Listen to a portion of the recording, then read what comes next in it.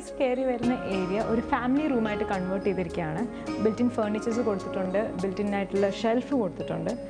അതുപോലെ വളരെ ഇൻട്രസ്റ്റിംഗ് ആയിട്ടുള്ള കാര്യം എന്ന് വെച്ച് കഴിഞ്ഞാൽ ഈ ഒരു ഏരിയയിൽ നിന്നൊരു ഡിഫറെൻ്റ് ആയിട്ടുള്ള ഒരു ലെവലിൽ ഒരു സ്റ്റഡി ഏരിയ സെറ്റ് ചെയ്തിട്ടുണ്ട്. ആ സ്റ്റഡി ഏരിയയിൽ നിന്ന് വാലിയുടെ വ്യൂവിന് ഫേസ് ചെയ്തിട്ടാണ് ആ സ്റ്റഡി ഏരിയ സെറ്റ് ചെയ്തിരിക്കുന്നത്. വളരെ ഇൻട്രസ്റ്റിംഗ് ആയിട്ടുള്ള രീതിയിലാണ് അതിൻ്റെ ഡിസൈനും ബിൽറ്റ് ഇൻ ഫേർണിച്ചേഴ്സും കൊടുത്തിട്ടുണ്ട്.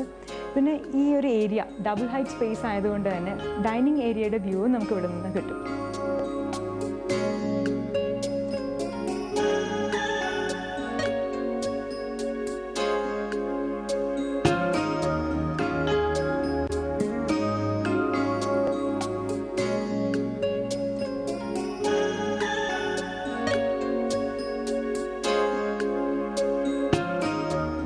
വീട്ടിൽ 4 ബെഡ്റൂമാണുള്ളത്. മുകളിലത്തെ നിലയിൽ 2 ബെഡ്റൂമും താഴത്തെ നിലയിൽ 2 ബെഡ്റൂമും. വളരെ സ്പേഷ്യസ് ആയിട്ടുള്ള വളരെ ഫങ്ഷണൽ ആയിട്ടുള്ള ഒരു ബെഡ്റൂം ഡിസൈനാണ്. ഈ ബെഡ്റൂമിൻ്റെ ഏറ്റവും വലിയ ഹൈലൈറ്റ് എന്ന് വെച്ച് കഴിഞ്ഞാൽ ഇവിടുന്ന് കാണുന്ന വ്യൂ ആണ്.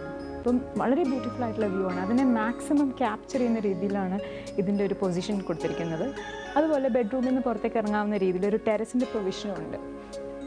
പിന്നെ വളരെ ഇൻട്രസ്റ്റിംഗ് ആയിട്ടുള്ള കാര്യം എന്ന് വെച്ച് കഴിഞ്ഞാൽ ഈ ഇൻറ്റീരിയേഴ്സിൽ കാണുന്ന ഫ്ലൂറസൻ കളറിലുള്ള ഹൈലൈറ്റ് ചില ഭാഗങ്ങൾ മാത്രം ഫ്ലൂറസൻ ഷെയ്ഡിൽ ഹൈലൈറ്റ് ചെയ്തിട്ടുണ്ട്. അപ്പം ഈ ബെഡ്റൂമിൽ ചെയ്തിരിക്കുന്നത് ഈ ഒരു വാർഡ്രോബ്, ബിൽറ്റ് ഇൻ വാർഡ്രോബ് ഒരു ഫ്ലൂറസൻ ആയിട്ടുള്ള ഓറഞ്ച് ഷെയ്ഡാണ് കൊടുത്തിരിക്കുന്നത്. ബെഡ്റൂമിനൊരു അറ്റാച്ച് ബാത്റൂം സൗകര്യവും ഉണ്ട്.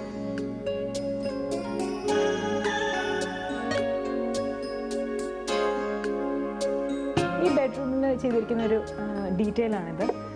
ഇതൊരു ഫോൾഡബിൾ ടേബിളാണ്. ഇപ്പോൾ തുറന്നു കഴിഞ്ഞാൽ ഈ ബെഡ്റൂമിനെയും പുറത്തെ മുറിയായിട്ട് വിഷ്വലി കണക്ട് ചെയ്യുന്ന രീതിയിലൊരു ആർച്ച് വിൻഡോ കൊടുത്തിട്ടുണ്ട്.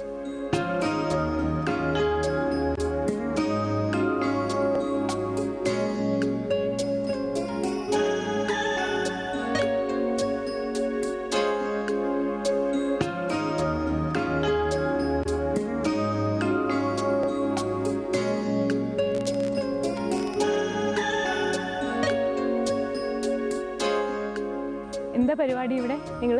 അവിടെ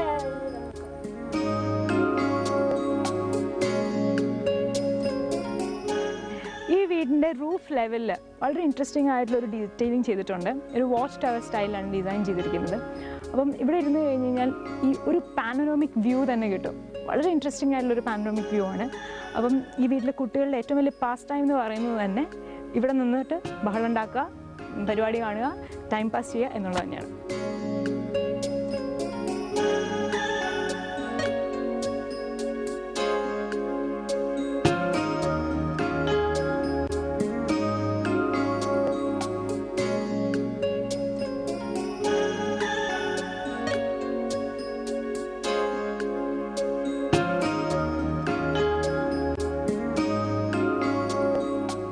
മേലെടുത്ത വീട്ടിലെ കുടുംബാംഗങ്ങളോട് തന്നെ നമുക്ക് ഈ വീടിനെ കുറിച്ചുള്ള വിശേഷങ്ങൾ ചോദിക്കാം.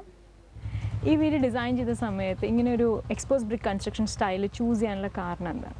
ഞങ്ങൾ പ്രത്യേകിച്ച് ഞങ്ങളുടെ ഒരു കൺസെപ്റ്റ് എന്ന് പറഞ്ഞാൽ ഈ മോസ്റ്റ് മോഡേൺ ഒരു വലിയ ആകർഷണമൊന്നും നമുക്കില്ലായിരുന്നു, വലിയ താല്പര്യമില്ലായിരുന്നു. അങ്ങനെ പ്രകൃതിയോട് ഇണങ്ങി ചേർന്ന് കാറ്റും വെളിച്ചമൊക്കെ കയറുന്ന ഒരു ഭവനം നിർമ്മിക്കണമെന്നുള്ള ഒരു സ്വപ്നം ആയിരുന്നു ഞങ്ങളുടേത്. പിന്നീട് അതിൽ ഞങ്ങൾ പല ഇതേ മോഡൽ വീടുകൾ ഞങ്ങൾ പോയി വിസിറ്റ് ചെയ്തിരുന്നു, കണ്ടു. അതിൻ്റെ എല്ലാം സ്ട്രക്ചറൊക്കെ കണ്ട് അതിൽ നിന്നും കുറച്ച് ഐഡിയാസൊക്കെ കളക്ട് ചെയ്തു. പിന്നെ മെയിൻലി എൻ്റെ അച്ഛൻ്റെ ഒത്തിരി ഐഡിയാസ് ഇതിനകത്ത് അപ്ലൈ ചെയ്തിട്ടുണ്ട്. ഞങ്ങൾ സഹോദരങ്ങളെല്ലാവരും കൂടെ കൂട്ടായിട്ട് ഉള്ള ഒരു ആലോചനയുടെ ഒരു ഇസിക്കൽ ടു ആണിത്. നിങ്ങളെല്ലാവരും കൂടെ ചേർന്നിട്ടാണ് ഈ വീട് ഡിസൈൻ ചെയ്തതെന്ന് എനിക്കറിയാം. അപ്പം പക്ഷേ താമസിക്കുന്നവരോട് തന്നെ ഈ വീടിനെ കുറിച്ചുള്ള അനുഭവം ചോദിക്കാം. എല്ലാവരും കൂടി ഡിസൈൻ ചെയ്തതാണെങ്കിലും താമസിക്കുന്നത് അപ്പച്ചനും അമ്മച്ചിയാണ്. അപ്പം അപ്പച്ചനോട് തന്നെ ഞാൻ ചോദിക്കുകയാണ്, ഈ വീട് തരുന്ന ജനറൽ ആയിട്ടുള്ള അനുഭവം എന്താണ്? ഈ വീട്ടിൽ താമസിക്കുന്നതിൻ്റെ സന്തോഷം പ്രകൃതിക്ക് അനുകൂലമായ ഒരു വീടാണ്. കൂടുതൽ ചൂടും കൂടുതൽ തണുപ്പും അനുഭവപ്പെടുന്നില്ല മറ്റുള്ള വീടിനെ അപേക്ഷിച്ച്. ഫാനില്ലാതെ തന്നെ ഉറങ്ങാവുന്ന റൂംസുണ്ട്.